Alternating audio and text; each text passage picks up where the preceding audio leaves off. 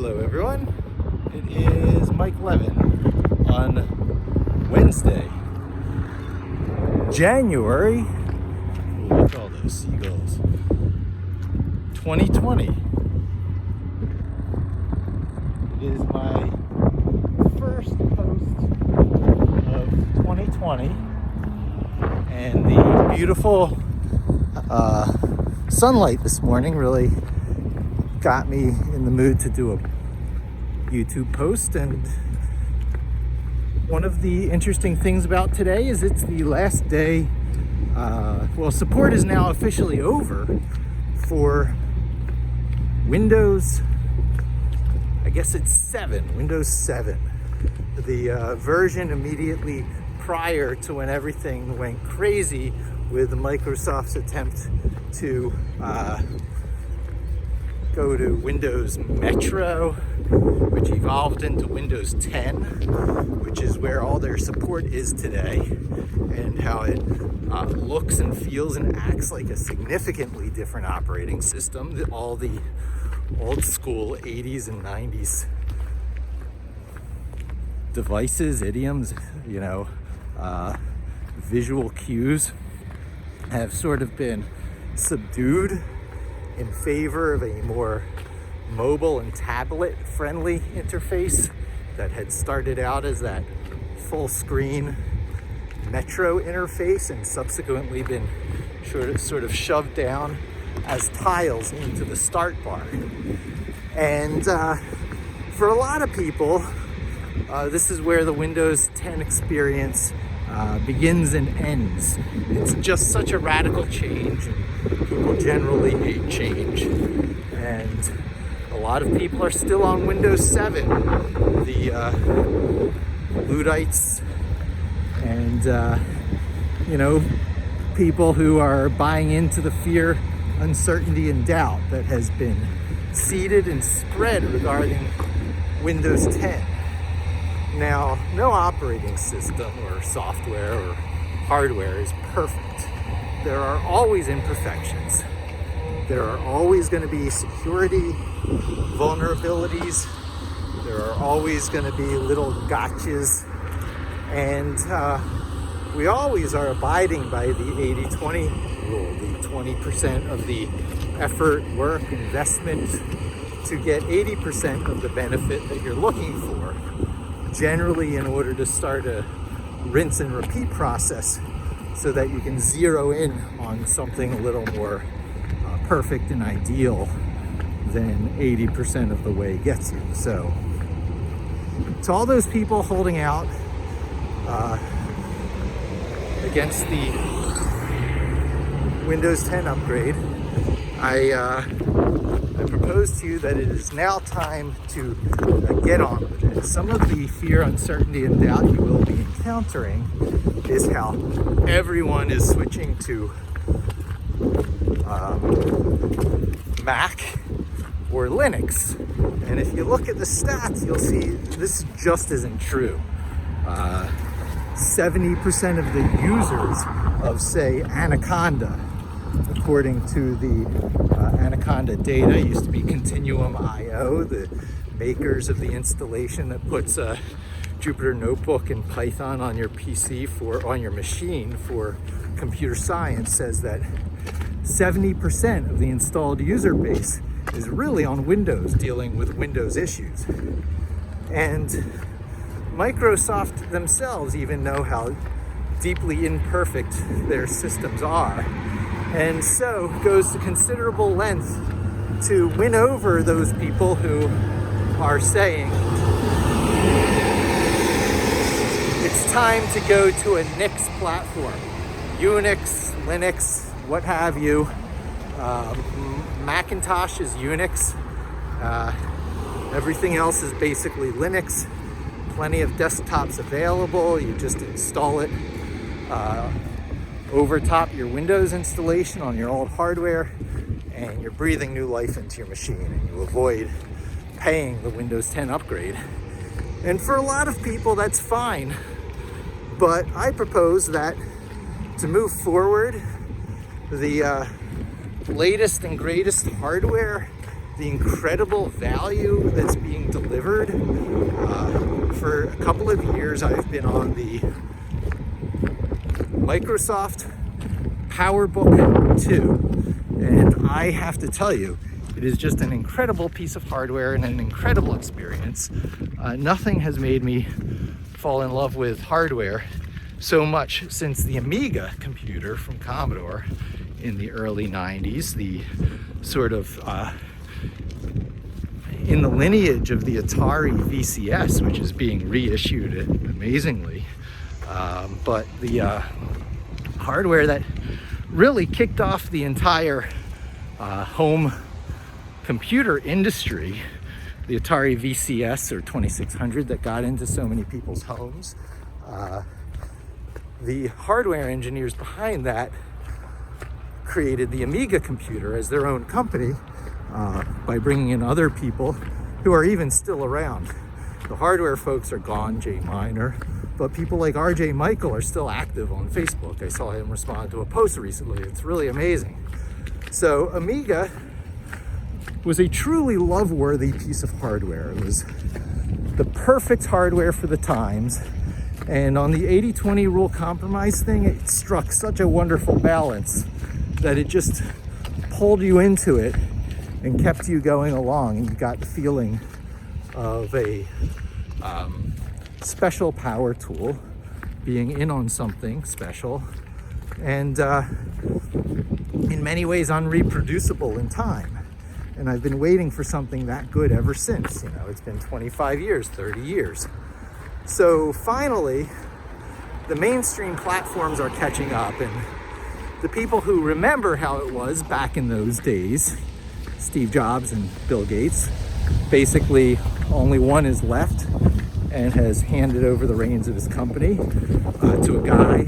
I always got to remember his name, but he's doing so well, embracing free and open source. And the paranoia now is that Microsoft is using the embrace and displace strategy that it had so many times before to kill competitors. Put out a similar version, remain compatible, but only compatible enough so that everyone has to flock on to your special customized vendor implementation. They did this to Sun Microsystems with Java in the form of the J or J++ language. The court landed in favor of Netscape and Sun, and Microsoft had to take their J language off the market, but they did it again with Internet Explorer to attack Netscape Navigator. And of course, the JavaScript implementation in IE back in the days of IE5 was so funky and different yet useful, everyone embraced it, and over time it gradually displaced Navigator till it was no more. And by the time true standardization came around in browsers, which it did, Navigator was gone. Reborn in the form of Firefox these days, but nonetheless, the Netscape company is basically no more. And the concern is that now Microsoft is doing the very same thing with Linux, because one of the arguments to settle on Windows as your new Windows 10 as your new main platform starting today for a lot of people is that you can get an actual standard version of Linux running concurrently, simultaneously, side by side. They call it a virtual machine, but this is new age virtual machines where it's not all that layers and layers of overhead that slows things down.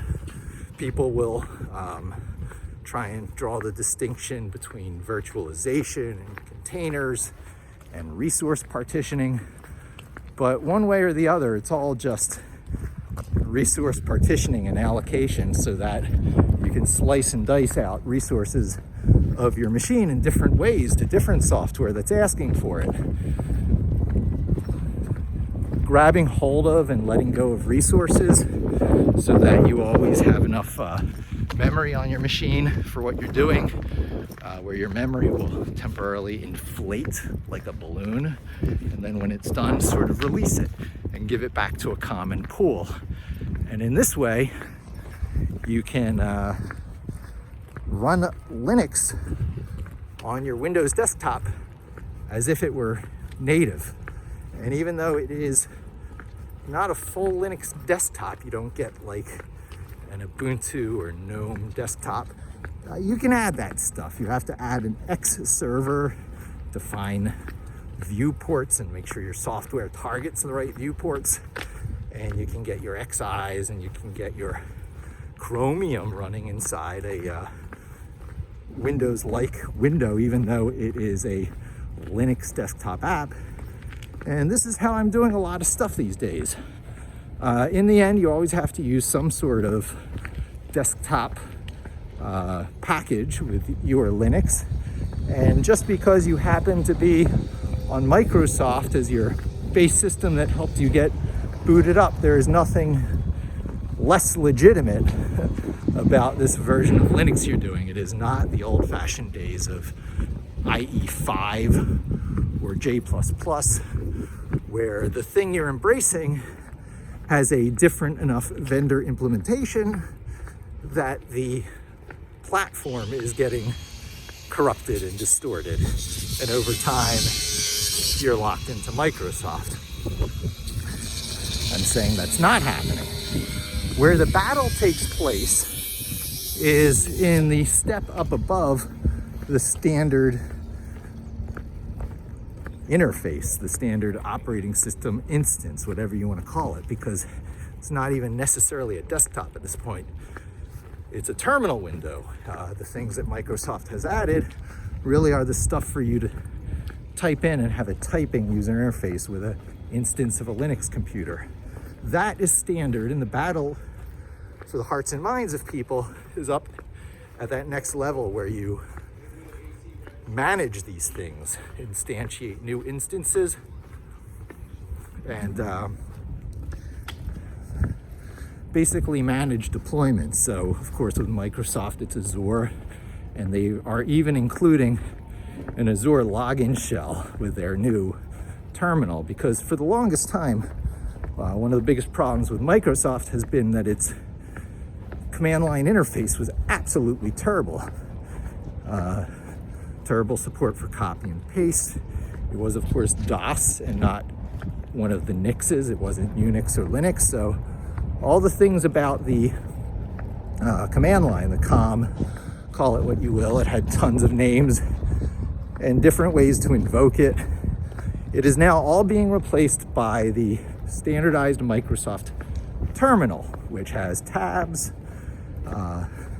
It can start a PowerShell, an old school COM window, or if you have the Windows subsystem for Linux, WSL, installed too.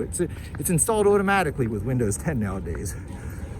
But if you go to the Microsoft store and you install Ubuntu, which is possible because Windows is going to be shipping with the Linux kernel if it isn't already today, because as you may notice, the whole movement to get a legit standard version of Linux on Windows is simultaneous with the sunsetting, with the deprecation, with the end of support for Windows 7. So all those people who are faced with that decision today, what to do, well, if you drop the money and install Windows 10, you can also install the Windows subsystem for Linux and get Linux as well.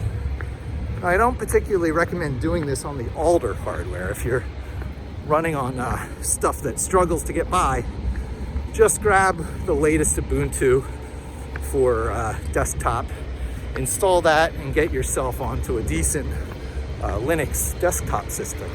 But if you're looking at new hardware and you want the best of the best hardware at the lowest prices, a stylus, touchscreen, all the latest drivers and graphics cards and game support, you're still talking Windows. It's still a Windows game.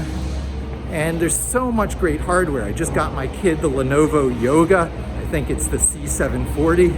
And for the money, for some like $800, which I got her for her 9-year-old birthday, the amount of computing power that you get for the money is astounding. And Windows 10 isn't really all that bad. All the fear, uncertainty, and doubt, the announcement just today that there is a exploit that lets a man in the middle pose as a credential verifier, a certified certificate certifier, will allow malicious sites to pose as legit ones. That's if you go try installing dumb stuff onto your machine from places that are untrustworthy to begin with. Don't. There's just no defense against that. So the fear, uncertainty, and doubt that's out there is that there's nothing built into Windows to protect against n number levels of being stupid. So don't be stupid. Don't go installing stuff on your machine from untrusted or unknown sources. And Windows 10 will be fine for you. It's just not worth being out on the bleeding edge when the mainstream is so much better than the mainstream is leading you to bleed. So anyway, I'm at the ferry now, about to hop on, and that's my 2 cents. If you're still on Windows 7, dump it, install the latest Ubuntu if it's all the hardware and you're just trying to breathe new life out of the thing and want some good experience. Or if you're moving on to new hardware, embrace Windows 10, install the Windows subsystem for Linux, which is already installed. Install one of the Ubuntus out of the store and pull it up through the new Windows terminal, which you also get from the Microsoft Store, and have a good time. Thanks for joining me. Hope to see you again soon, and don't forget to subscribe.